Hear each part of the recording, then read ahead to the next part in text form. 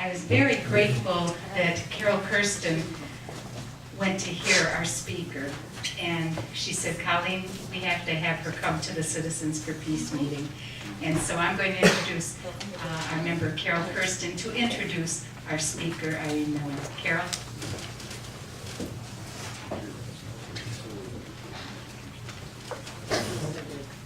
Well, it's my pleasure to introduce Irene Miller, an author, tonight, and I just want to say a few words about her. Before she speaks, I first heard about her through a friend at my church, and she said this was a woman that she worked with, and she just published this wonderful memoir of her experiences during the Holocaust, her incredible escape to Russia, to Siberia, and she really hoped that we would read the book.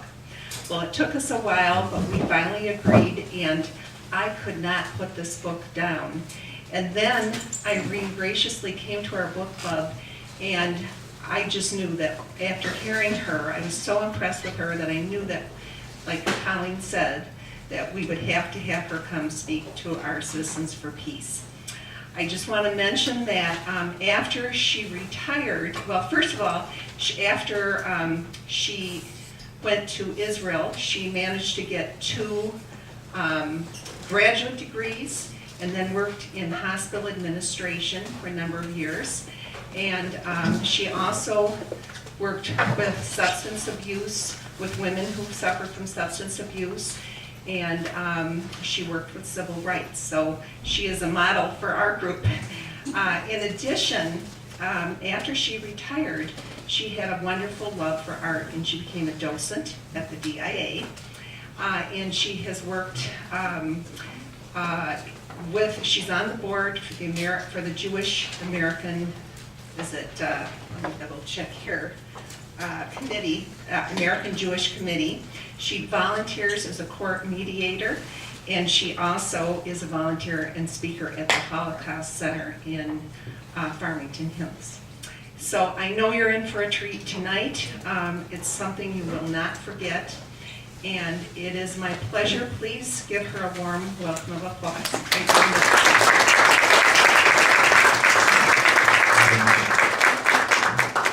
Good evening, everyone. Thank you for inviting me. I could not think of a group of people that I would rather be with today or any other day than those who fight for peace. Fight for peace is not the right term. Peace, those who work for peace. After reading my book, you will better understand why peace is such a deep passion for me. Only 10% of Jewish children in Europe survived the Holocaust, which means that 90 of them perished. When I speak to a school and I have 400 kids in a gymnasium or somewhere, to make it very understandable, not just reducing it to percentages, I tell them, here we have 400 students.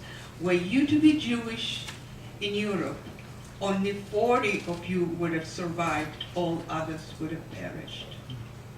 Though I can tell you only how I survived the Holocaust, but in a way those of us who were left alive become the voice of the children who are not here to tell their story. I was born in Warsaw, the capital of Poland. My parents were working people. My father was a skilled furniture maker. My mother helped out in whatever way she could in his work. We were not rich, far from it, but we're not missing any essentials of living. My parents both were very committed to liberal causes. They were not religious people, but deeply rooted in Jewish culture and in Jewish values. I learned probably, as I said, from my mother's milk about civil rights, about justice, and about fairness for working people. When the war broke out, Warsaw was under siege for a few weeks. Day and night, bombs would fall. We lived on the top floor of an apartment, which was the most dangerous place. Bombs were falling through the roof, the ceilings, and into the apartments. So with the cooperation of friends who lived on the second floor, we moved in with them. But even there it wasn't safe. One night, a bomb fell into the apartment, blocking the door. The only way out was through the window. My father, who was a very tall man, knocked out the window, and he said that we have to quickly follow him before the whole place gets engulfed in flames. When my turn came, and I looked down, I stood on the windowsill and looked down. It seemed so far down. I was so scared, I couldn't move. Sorry, I can't have a larger image, but when you get the book, you will see this is what I looked like when it all started. And people tell me that very much like Dorothy in The Wizard of Oz. And for a little kid like that, and I was about 5.5, to jump down the second floor was not an easy decision. So my mother pushed me out the window. And somehow my father did not catch me. I fell on a pile of glass, cutting my arms and legs. And when the family was down, the family, it's my parents, my sister 5 years my senior, and I. My mother picked me up, carried me to a bomb shelter, and there she was sitting and pulling out shards of glass out of my limbs. This running to bomb shelters occurred over and over, particularly at night. At some point, we lost the water. A bomb severed the water pipes, and we were left without any. So during the daytime, between the attacks, we ran down the street with containers. There was a functioning faucet, so we filled it to have at least drinking water. I remember exactly where I was when the Nazis entered Warsaw. I was standing by our window on the 5th floor. They were marching 8, 10 abreast, the soldiers filling the width of the street. I was too high to see their faces, but I could see shining boots moving like that, up and down and up and down. There are still two sounds to which I react emotionally. And though it doesn't make any sense, apparently I associate them with this state of life. One is low flying plane, and the other one is a rhythmic pounding on a hard surface. I hear it and I tighten up. My parents felt that as Jews, particularly politically active liberal Jews, my father was a skilled furniture maker, but he spent a lot of his time in the labor union. He was one of the leaders of the Jewish division of the labor union. They felt that as political active Jews, they would be among the first ones to be persecuted by the Nazis. So sometimes during that winter, we are talking 1939, 1940, my parents sold the lease to our apartment, hired a Polish guide to smuggle us across to the Soviet Union. To the Soviet Union, because in the 40s, the Nazis had not been there yet. Later, you know, from history, they entered, but not then. To smuggle us because the borders were closed. They would not allow anyone to enter. I remember the last leg of that journey. It was extremely cold. We were wearing layers and layers of clothing to keep warm and also to minimize on the luggage. The last leg of the journey was at night. We were sitting inside a wagon of hay, the hay over our faces, over our heads, and over it, some old blankets. Should a Nazi soldier come across this wagon, he would not recognize that there are people in it. At some point, this guide stopped, let us out in an area secluded by tall trees. You couldn't know what was going on beyond that. And he pointed the direction where in the morning we should take the train to arrive at the city where my parents were headed. It was called Bialystok. It was on the Soviet side. We huddled up for the remainder of the night, and when we woke up and left that area, we saw a field with thousands of people laying on the snow, leaning against bags, suitcases. This man did not take us across the border. He just dumped us on the no man's land. And if there is someone who doesn't know what's a no man's land, it's a territory between two nations that doesn't belong neither to one nor to the other. My parents did not want to go back to the Nazis. And also they had no place to go to because they sold the lease to their apartment. My mother pulled out a blanket, spread it over the snow close to other people because people were sitting very close next to one another.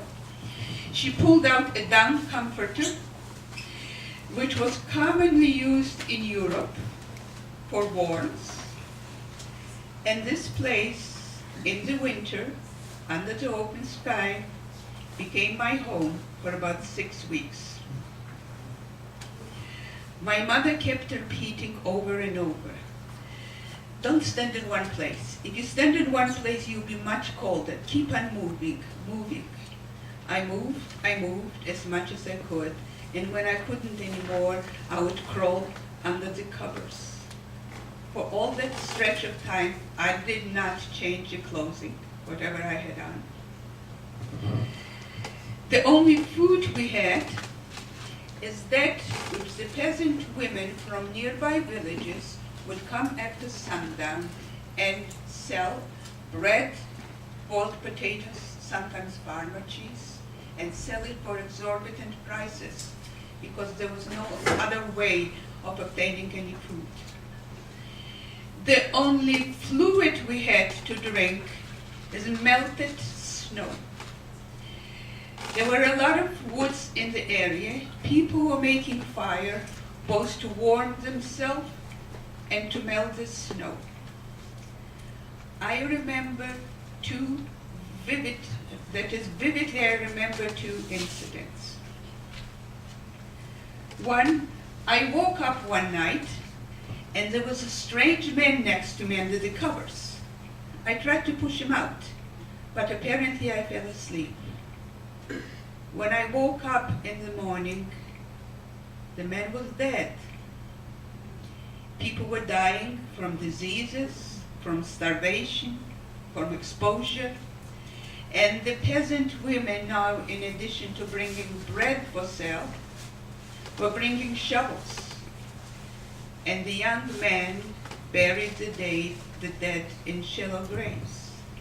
The other situation, I was standing with my mother by a fire, warming myself, and a young woman approached, holding a wrapped up baby in some blankets, and the people parted, assuming she wanted to warm herself and the infant. But as she got closer to the crowd, a man looked into her arms and said, "Lady, your baby doesn't need warming anymore." The baby was dead, and the mother, apparently unable to accept it,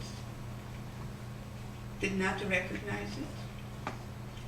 He took the baby out of the mother's arm as it was wrapped up and proceeded where the Russian soldiers guarded the borders. The crowd around the fire followed him, forming a procession of sorts. He laid that wrapped up infant in front of the guards, and the crowd started shouting, let us in, we are going to die one by one." And that guard didn't say a thing, just kicked the wrapped up baby right into the crowd. My parents apparently concluded that they had to do something drastic, or we are going to die like all the others. I assume my father surveyed the area because one day or one night he smuggled himself across the border. On the Soviet side, we had a cousin of mine, an 18-year-old young man, who had been there for a while and familiar with what was going on. And with the assistance of this cousin, my father bribed a Soviet official to obtain a letter permitting the family to cross the border. But once he arrived, handed the letter to the chief guard, the letter said that he may take his children. Nothing about my mother. And they would not let my mother leave the no man's land. My parents apparently decided that my father should take my sister and myself to safety and see thereafter what he can do to bring her over. The soldiers wouldn't let us go until there was a change of shifts towards the end of the day. We walked for many, many hours in the forest, in the dark, until we came to a little cabin which my cousin rented for one night. From there, we took the train to the city where my parents were headed initially, Białystok. I don't know who and how arranged that, but there were clusters of Jews from Poland around that city in various locations. We ended up in a cluster that was in a wooded area, and small wooden cabins were scattered all around. This must have been the property of a wealthy landlord, and those were cabins for the workers. Of course, there was no furniture, bare floors. But after being all those weeks outdoors, laying on a blanket over the snow, lying down on a wooden floor with a roof over my head was an enormous luxury. By then, my father had no money left, and travel in the Soviet Union was forbidden.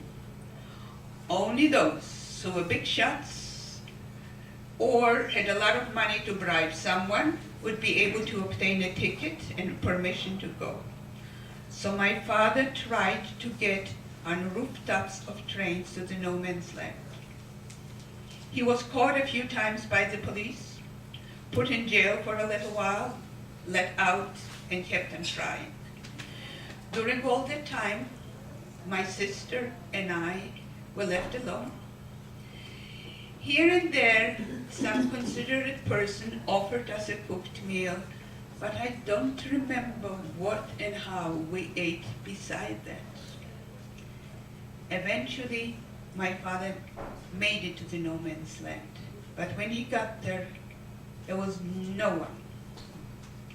The Nazis came, took all the people off the no man's land, including my mother, put them on trains in direction to Poland and Germany. For a little girl, to think that she will never again see her mother was difficult to understand and difficult to accept.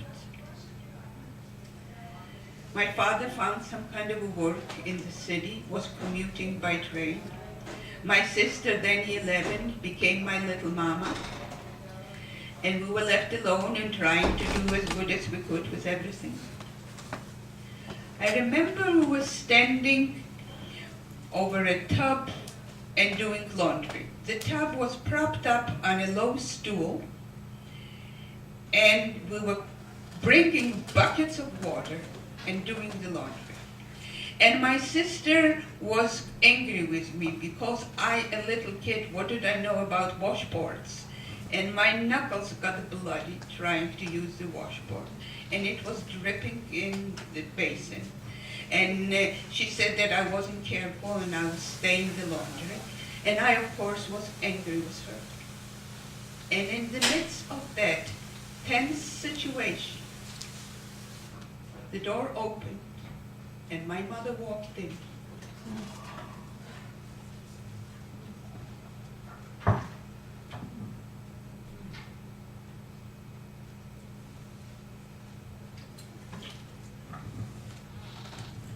I don't remember whether she took off her coat first or not, but she stripped me nude right there and put me into the basin. Apparently, I was more dirty than what we were laundering. Not until I was a young adult did I hear from my mother how she found her way to us. The Nazis kept the train with the people from the no man's land. For days and days in the fields, it didn't move. Periodically, they would let everyone out under the train to relieve themselves.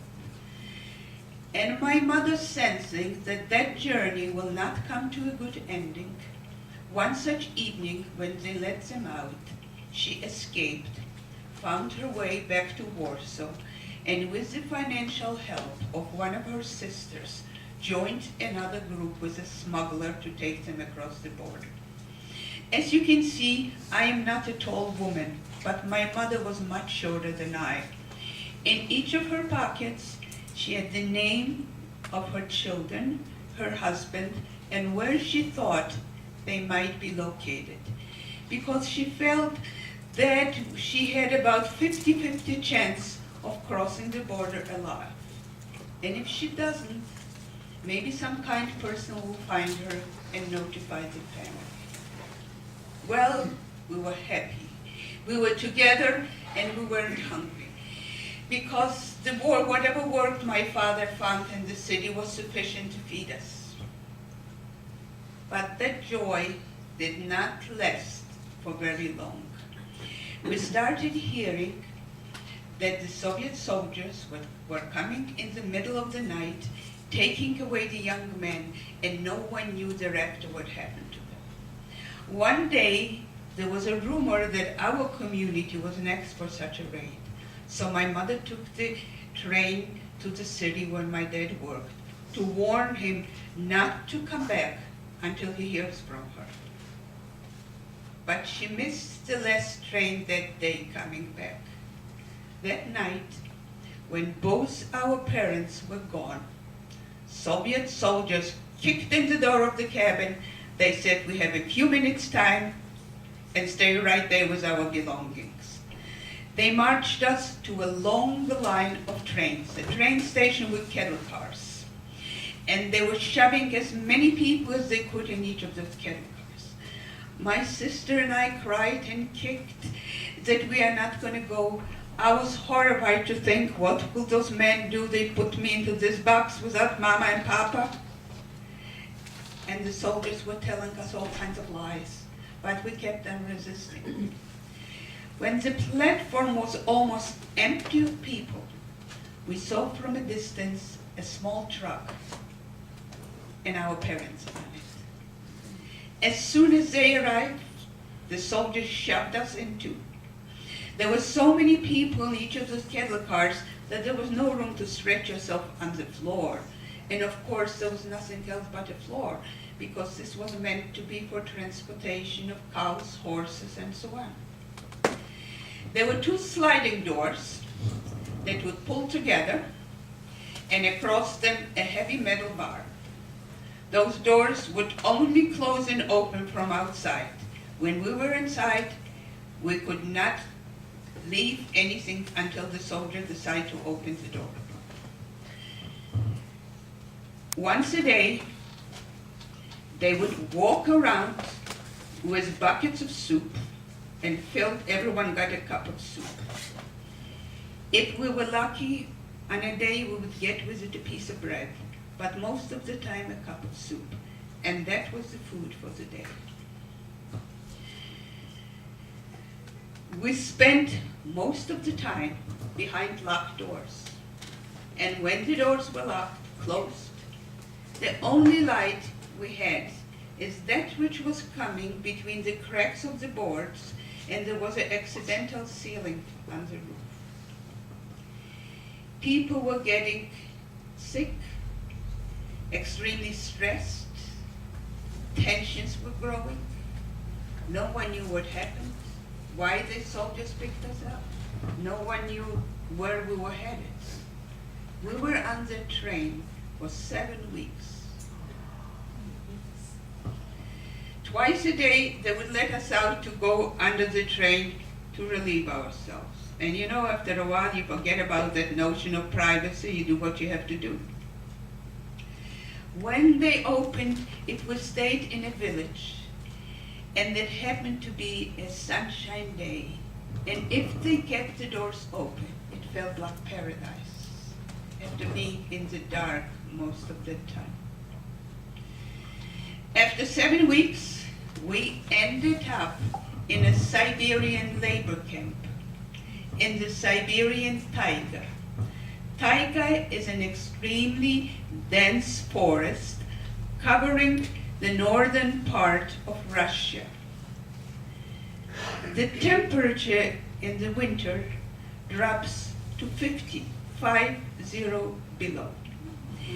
If a bird, for some reason, did not fly away in time, it will freeze to the tree like a lump of ice. If you were outside in the winter and didn't have layers and layers over your face, breathing felt like swallowing sharp objects. We had no clothing for that kind of a climate. We were placed in small little houses, wooden houses, a few families to one room, and the houses were right against the forest. You opened the door and you were in the taiga. Bears would come to the door front. At night we would hear Siberian wolves howling, and we were scared. We heard all kinds of stories of them attacking people. Whether this was true or not, I don't know, but we were scared.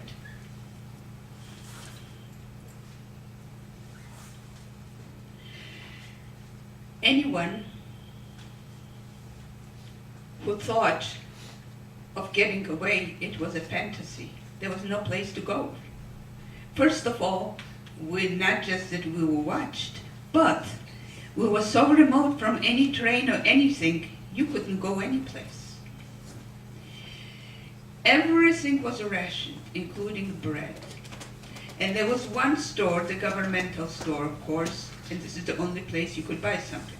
But you did not go to the store to buy something that you needed. You went to the store to see what happens to be available.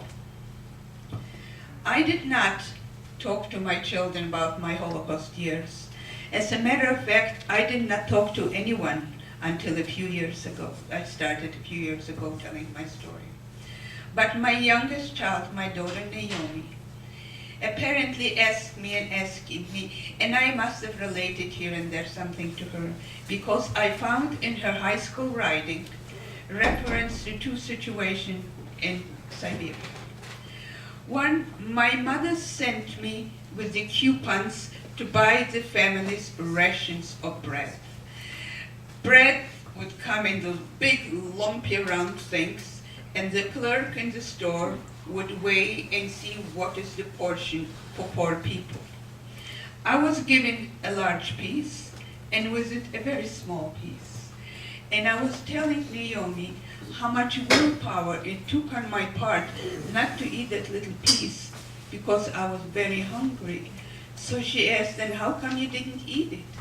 I told her, we had to wait until my mother divides it and lets us have it. But no sooner did I hand over the bread to my mother, she took that little piece and put it in my mouth. The second, it was my birthday, and my mother said, let's pretend that there is no war. What kind of a present would you like for your birthday? And I told her a big loaf of bread, and that I could eat as much of it as I want to.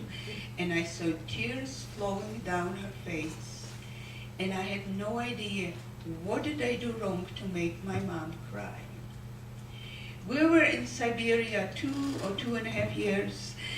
There was a Polish government in exile in London, I believe, and they came to some friendly arrangement with the Soviet Union, through which they let us out of labor camps. But we did not have the freedom to go any place we wanted. From what I understand, there were 2 options, 2 choices. Either you stayed in Siberia on your own, out of labor camps, or you were shipped to some southern republic, some southern Russian republic. I assume my parents felt that being south, life would be easier, food will be more plentiful. But while we were hungry in Siberia, we were starving in Uzbekistan. Uzbekistan then was a republic of the Soviet Union. Now it is an independent country. We were placed in an extremely poor farming village. My parents were not given any land, and there was no way of earning any income. My father walked from farmer to farmer, from household to household, asking for work. He would do any kind of work in exchange of food.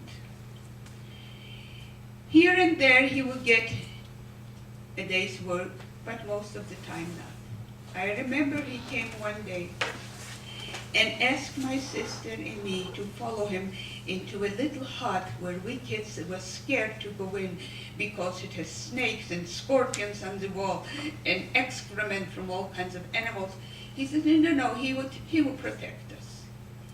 He had 2 raw eggs, and he wanted each of us to drink 1 egg. But he didn't have anything else to share with others, so he didn't want anyone to see it. There was a stretch of time that we lived on boiled grass and leaves.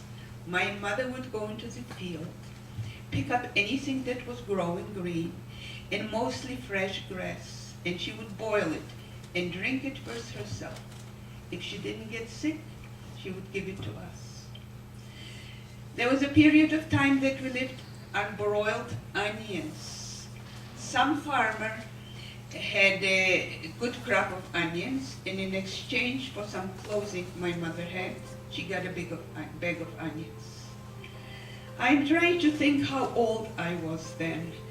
It was in Uzbekistan, maybe 10, but 9.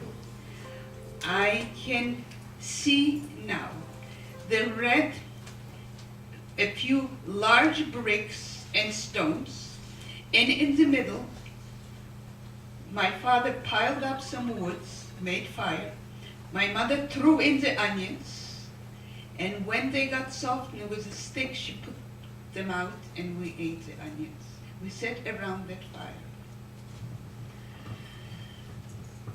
We all came down with malaria, a devastating disease. If you don't die from it, you are so weakened that I, after recovering from malaria, had difficulty walking for some time. There were some Jews from Poland, and whenever I use the word some, I really don't know who they were and how they arranged it, but they set up orphanages for Jewish children from Poland. And they would accept not just orphans, but any Jewish child from Poland. And that was an attempt to keep the children from dying from starvation. One day, a man came to the village where we resided, spoke to our parents. The next day he showed up with a horse and buggy. My mother told us that we will go to a place where there will be other children, we will attend a school, and we will have more food, and they, our parents, will visit as often as they could. I don't remember putting up any resistance. We just went, and for many, many hours, on that horse and buggy. We ended up in a larger village where this orphanage was situated. Basically, it was a large room from one end of the wall to the other.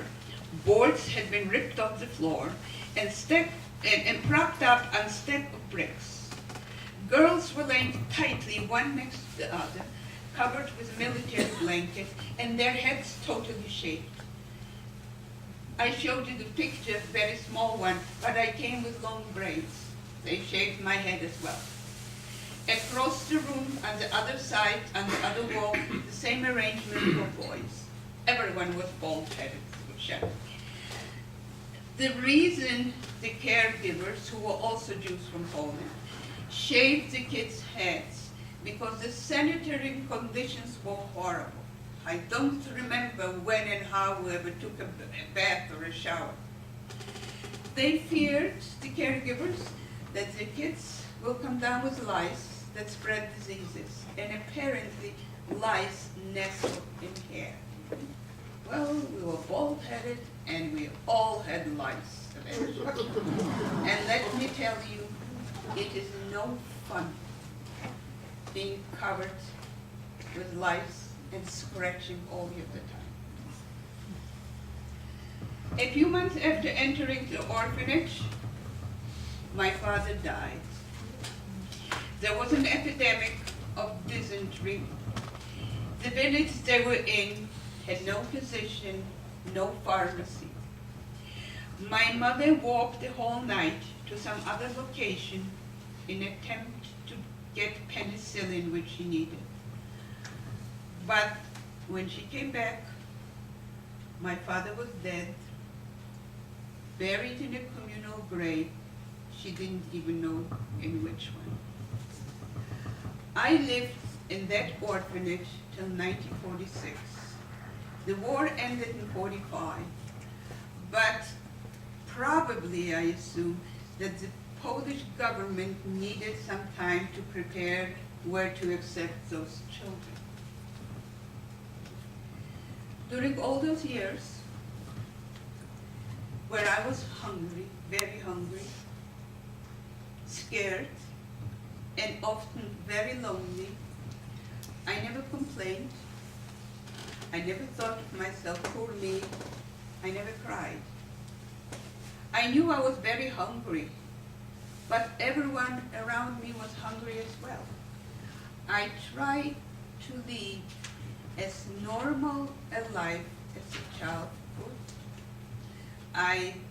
Part of the time where possible, I attended Russian school and was a very good student. I created dances as one entertaining myself and others dancing and singing. The only place where I expressed my pain, my longing, and my wish for a normalcy was writing poetry. Since I was a young girl, I was writing poetry. My house here in West Bloomfield was destroyed by a tornado in 75, I think was the tornado. Everything blown away. My notebooks and notebooks with poetry. My language was Polish, so it was in Polish. Miraculously, about a year ago, I was looking for some documents. And with it, I found like a half a notebook of poems, my poems. Looking at it as an adult, it is difficult for me to understand that this was written by a very, very young girl, starting maybe 11, it ended maybe 12. It's kind of like an old soul. Nothing cute, nothing funny, and nothing childish, just expressing pain at the loss of my father.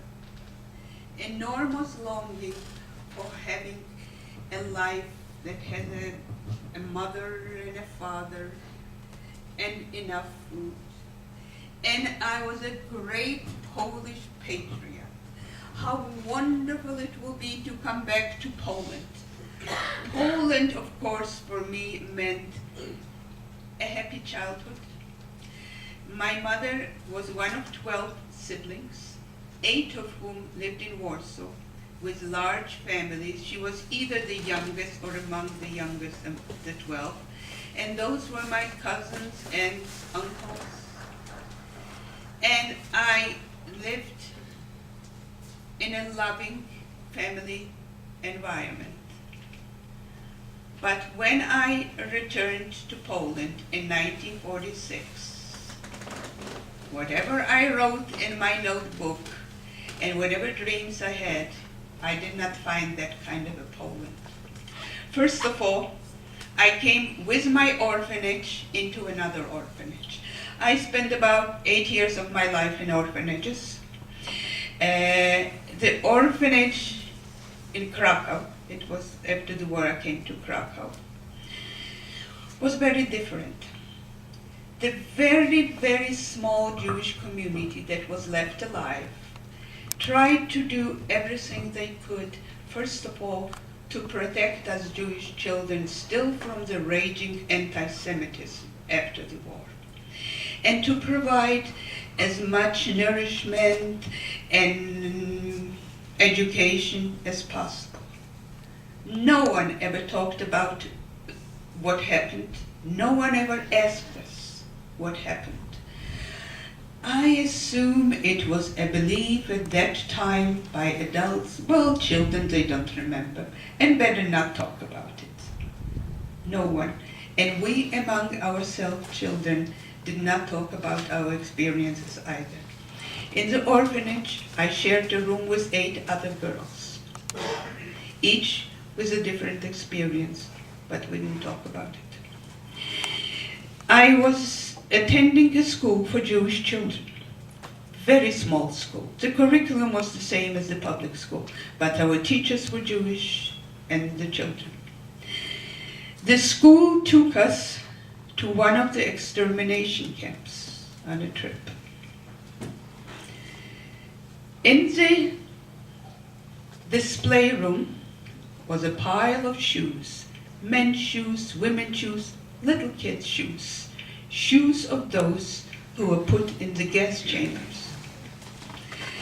A pile of reading glasses and combs, a pile of long hair, apparently women who had good hair, they were cut and used for wigs or some other purpose. There were lamps made from human skin.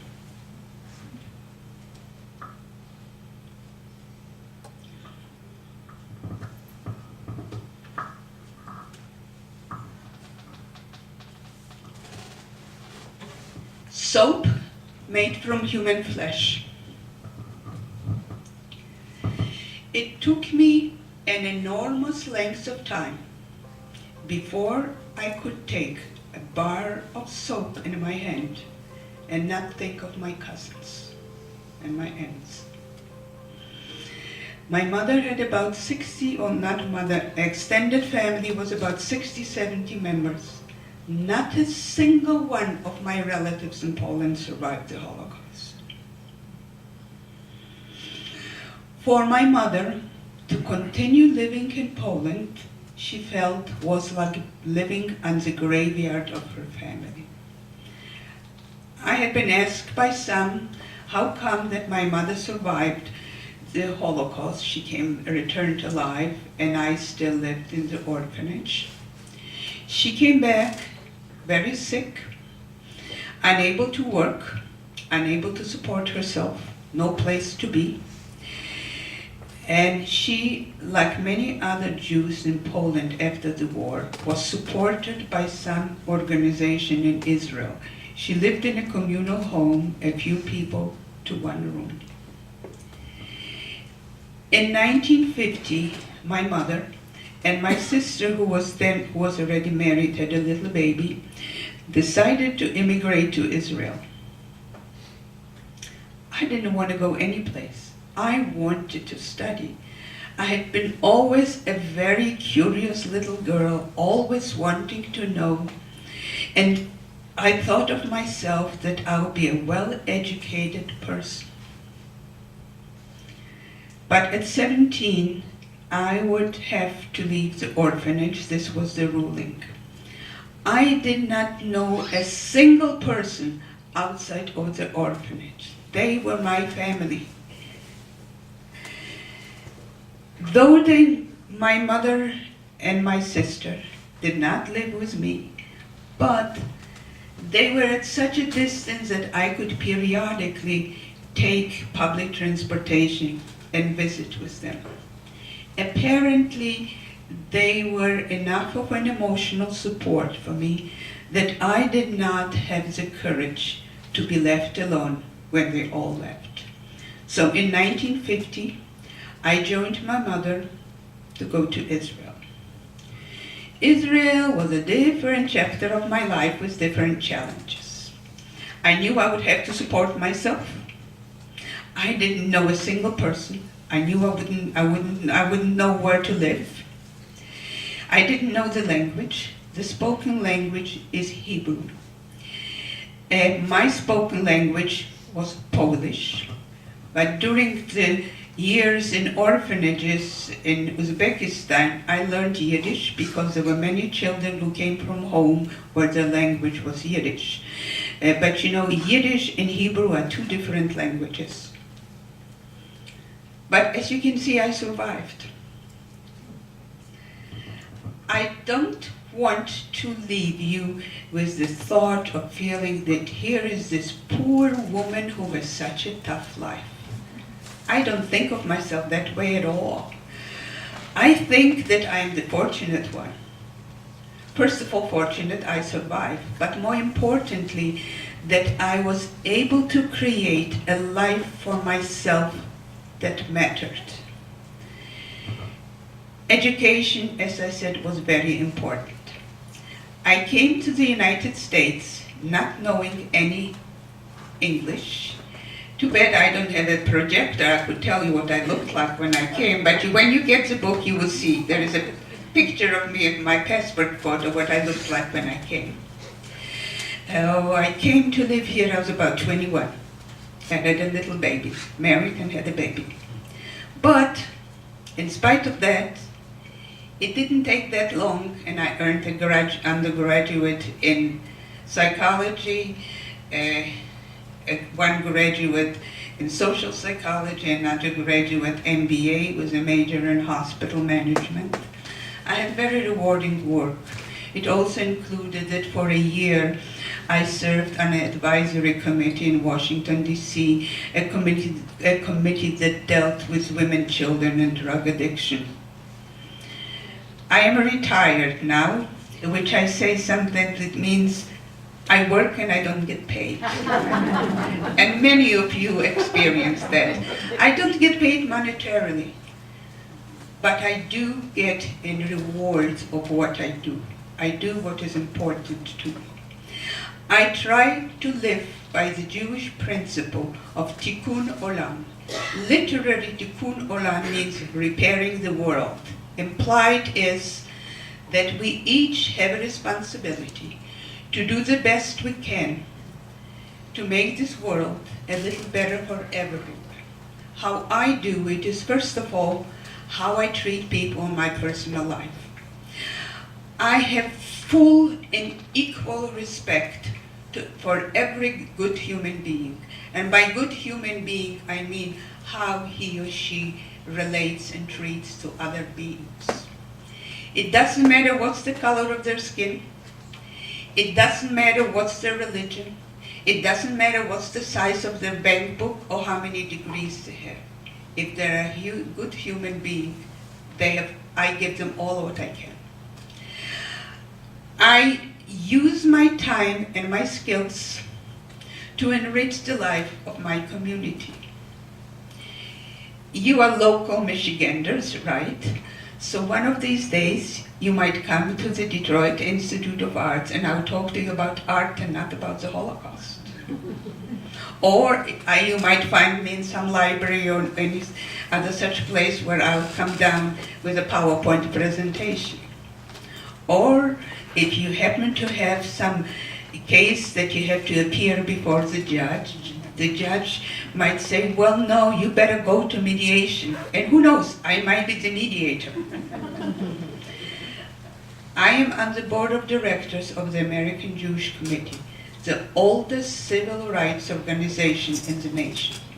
Civil rights and a full acceptance of diversity has been a passion for me for all my adult life.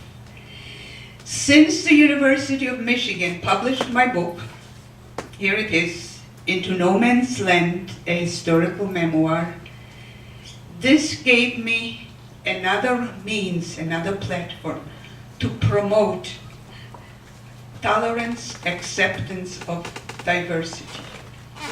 I have been invited to schools, to churches, to optimist club, never had yet a pessimist club, but two Detroit optimist club, West Bloomfield optimist clubs. I have spoken to labor union and a whole list of things. I will speak to any group of good intentions. What I told you is a tiny, tiny little tidbits only of what occurred. It is extremely important to me and to the world that you read the book and know the story, because only will you know the story by reading the book. And why is it important? Because not just to know what happened, and you as a peace-loving group, not just what happened during wars, but what happens when we cannot tolerate someone who looks differently than we, or who has other different beliefs, or eats other different food, or so on. This is an example what happened and what can happen unless we all work to change our orientation to our brothers and sisters, or whatever you call it. I know that I threw a lot of stuff at you, that I brought you into a world that you have never been exposed to or lived in. So take a moment or two, and when you come back to where you are here, ask me any questions you would like to.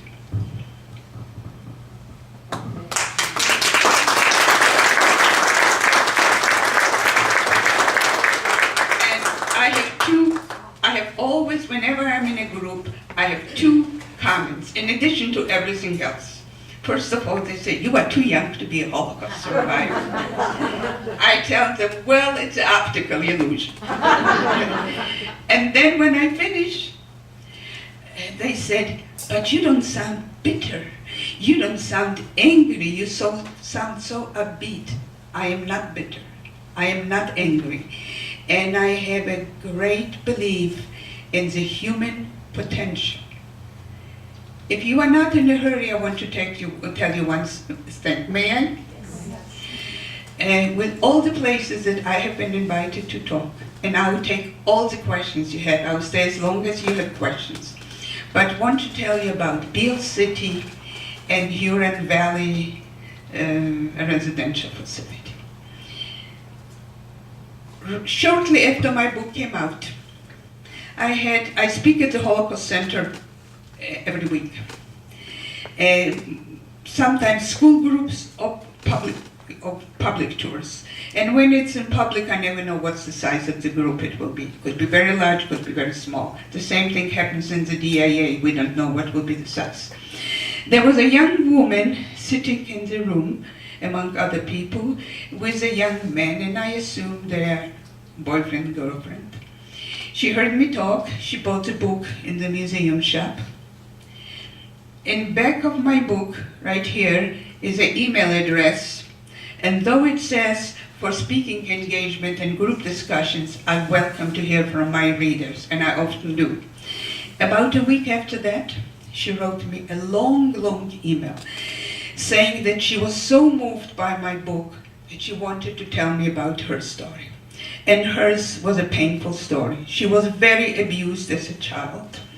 This was not her boyfriend, this was her son, to whom she gave birth at 14.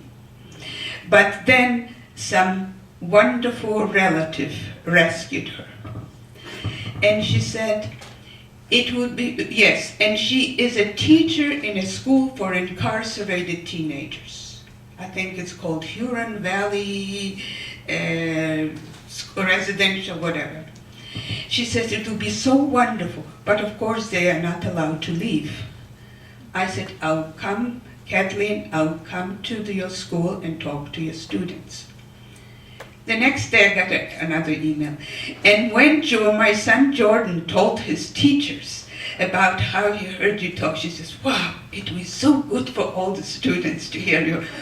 I said, Kathleen, I'll come to your son's schools too. And then I said, oh, by the way, and she heard me at the Holocaust Center in Farmington, by the way, where are you located? How far from the Holocaust Center? She said, about 3.5 hours by car. I said, you know, when I reach 100 miles, my back becomes a little uncomfortable. I'll come and pick you up, she said. We set a date, a month from that date that we talked, so that both she can prepare her students and the school can prepare the high school where her son is. I asked her to come the night before and stay over with me because we needed to leave early in the morning. First I spoke to that high school in Beale City. I never knew a Beale City existed. It really is more like a Beale farming community. They had one major big store, central store as you enter the street, and there was a big sign and lights, welcome to Beale City, Irene Miller, thank you for sharing. And the teachers prepared the potluck, and not just the teachers were there, but the principal and the superintendent of schools. Very nice. At 1 o'clock, the school, all classes stopped, and I had 300 kids in the gymnasium and talked to them, and everyone wanted to buy a book, and they were very good questions. That evening, they put me in a bed and breakfast, and I had a book discussion group because people and they were all women in the book discussion group, bought the book on Amazon, and it was a very interesting experience.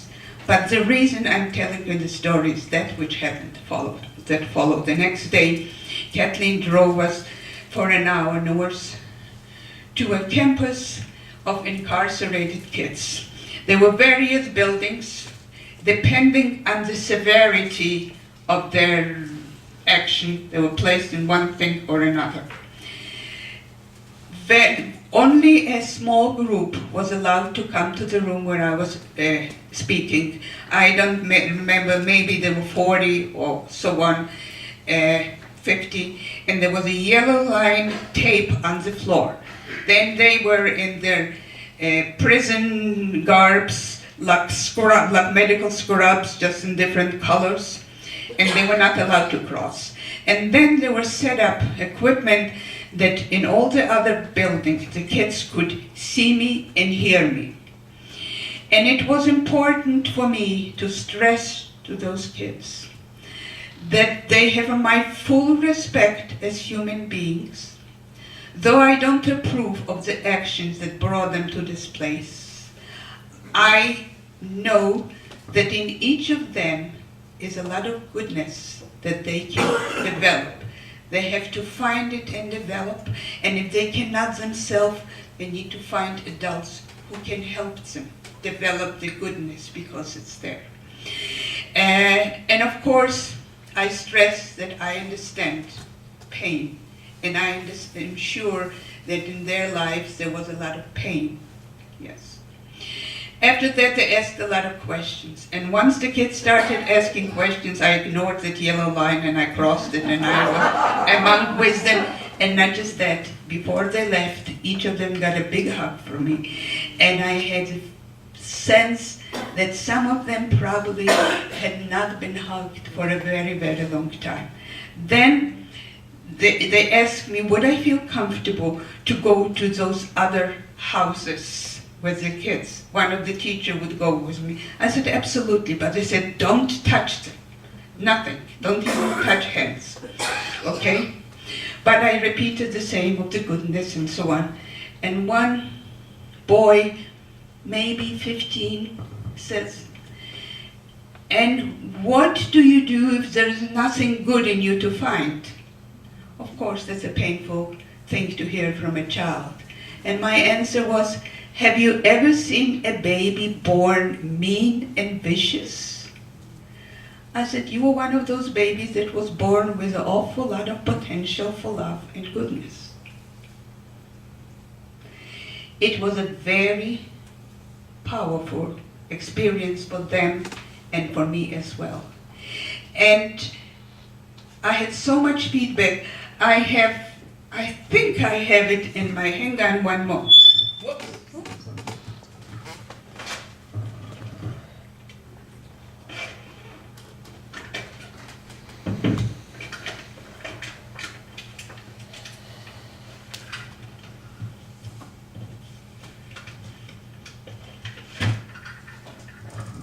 wanted to read to you something what I found very touching. But this is, by the way, the Beale City, the plaque from the Beale City, in honor of Irene Miller for her dedication and strength in sharing her story with Beale City High School. That's fine. But here is, the school is called, they say, thank you for sharing your story with us, Muskegon River Youth Home, teachers and students. This Kathleen, with whom I was in contact, worked with her students to develop a definition of tolerance. And they built a bench in my honor and put their tolerance. Without my glasses, let me see. Tolerance is the act of accepting and acknowledging, read it. I need reading glasses. Tolerance is the act of accepting and acknowledging people's differences. For humanity to be successful, we must embrace diversity and demonstrate patience for all religions, political and social beliefs, so that we can live in harmony. This was written, they came up, the incarcerated kids. Okay, sorry that I took up more time with my additional story. Now I will take any questions you have. Yes. As we all know, our government at the moment is totally dysfunctional. Speak it louder. Our government is off the rails Yes. and totally dysfunctional. But I would like your opinion on what we as a country can or should do about Crimea and Ukraine. You know, I feel passionate about it as well. But I would rather not bring in the element of politics. I would rather just stick to my personal thing, because I am afraid that we might not all have the same opinions. I am hurt, let me say this, whenever there is suffering, I feel it deeply. I identify with suffering, doesn't matter what's the source of it. And when the university published my memoir, and I worked in close cooperation with them, and the person who represented U of M said, you know, people want to know, how did the Holocaust affect you? What did you become, and so on? I never thought how the Holocaust affected me. My son is a psychologist, and once I asked him, Dan, how me being a Holocaust survivor affected how I was bringing you up? He says, Mom, I never had any other mother to compare. This is, you know, and my approach is similar. I understand pain, and I hope that it comes to a peaceful solution. Yes? What is this, is your sister living? My sister lives in Israel. She has been having a tough time most of her life, chronically depressed. An intelligent woman who never made anything of her life for one reason or another, and is having for many, many years, has been depressed, and now physically altogether in very bad condition. It took a long time before I could afford visiting her, because travel is expensive. But now I try to see her once a year, and we talk by phone, of course in Polish. What brought you to the United States? When I speak to students and I have this question, I say, I did something I don't recommend you do. At 18, I married, and the man was from Detroit. I tell them, I'm not against marriage, I'm against 18. I think there was a lady, yes. With your sister, I was curious, was she in the orphanage with you? Yes, my sister in Uzbekistan, not in Poland, not in Krakow, but in Uzbekistan she was with me in the orphanage. And when I had to go outside to the outhouse because that was only outside on the snow, and had to go barefoot because I had no shoes. We had socks, but I didn't want to use the socks because they would be wet and cold the whole day. So I would go barefoot, and I would come back and cry, and she would dry my feet with the blanket. And I at times feel that she's the only one to validate that I was ever a kid. When you were in the orphanage then, how far away was your mother? I mean, I can just tell you how long it took me by public transportation, probably an hour. and how often did you see her? How often did I come up? Oh, probably every few weeks.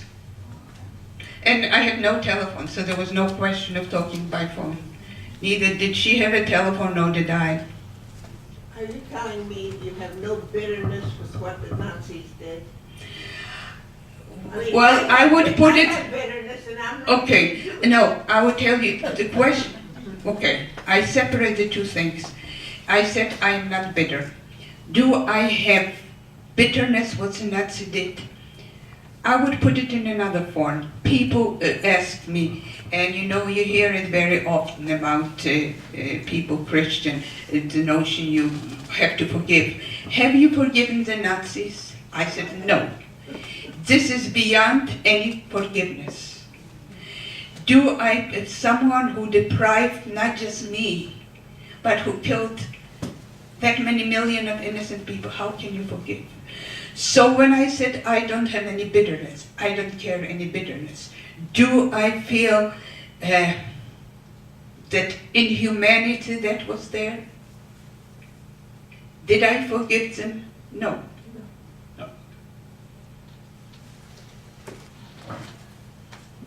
Two questions. Oh, yes, please. Wild possibility. Did you ever know a man named Marcus Rothbard? I'm sorry, I did not. He came forward. That's okay. When you went back to Krakow and went to the extermination camp, obviously a terrible, moving experience, and you were, probably your early teens or 12 or 13, Yes. something like that Yes. at that time. Had you heard about those when you were in Russia? Did you hear the question? The question is, have I heard of all what was happening when I was in Russia and facing the camps? Was I aware? When I was in Russia, there were rumors. I heard things of happening, very vague, very vague. I don't know if probably the adults didn't know either, not until the soldiers, the liberation soldiers came and saw that. No, we didn't know that. But my fantasy, from the little that I heard, and you will read it in the book, my fantasies were going in all directions. I have one problem, which still exists now with me. I don't know if you call it a problem, a virtue, or a problem. When I hear things said, I visualize them. You tell me something, including a 4-letter word, I see it. So when I heard stories, I visualized it. But it was nothing that which I actually found in that exhibit room. Yes. How old were you when your mother and friend passed away? When my mother died, I must have been around 30. And this is though I did not live with my mother since I was a little girl. When she died, and I was here in the United States, and she lived in Israel with my sister. But when she died, it was the feeling that I was a real orphan. And though she didn't, my mother was not an affectionate person. I don't remember her ever putting her arms around me and telling me that she loves me. And the same thing, my sister, she didn't do it. But I knew, I never questioned love. She was there taking care, but I knew that she was extremely proud of my accomplishment. With the degree I got, she was very proud. And I thought, who'll be proud of me now? it's of course translating into a very simplistic way. Yes. Yes. Did you keep a diary while you were in the orphanage? No, I did not keep a diary. I think that after the war was over, I had such a hunger for living. I wouldn't take up time for anything. I wanted to study anything under the sun. I attended drama. I wanted to be an actress. I learned how to weave. I learned Esperanto because I felt that if the whole world knows one additional language of their own, there will be more peace, there will be more understanding. So I studied Esperanto. I went to a ballet and I studied music, and I decided I had no talent for music. But there was such a hunger for learning that I would not waste my time just to sit and describe what happened. But I reflected in life and wrote some of it in the memoir. The feelings I had walking in the street at night, when seeing through the windows, when the light was on, seeing a mother and father and children in the family, and feeling enormous longing and envy of saying, life must be so wonderful if you live with your mother and father. And I had 8 girls in one room, one bed next to the other.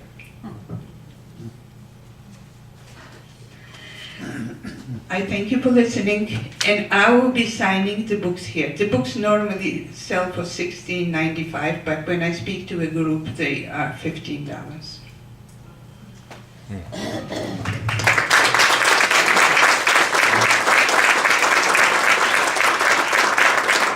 Oh, this is only the second time I have heard her, and I think I could just listen to Irene continuously, and I'm sure all of you could too. I am going to make a few requests. Number 1, get the book. Support this magnificent woman who has so much to say, and she gives so much back. Thank you, Irene. Thank you. The book supports a cause, not me. I donate with the books that are sold at the Holocaust Center. A big part I donate there. But I have organizations that work throughout the world to alleviate hunger, and they are my cause. Thank you. Irene, this is a gift from us. Let's give her another hand.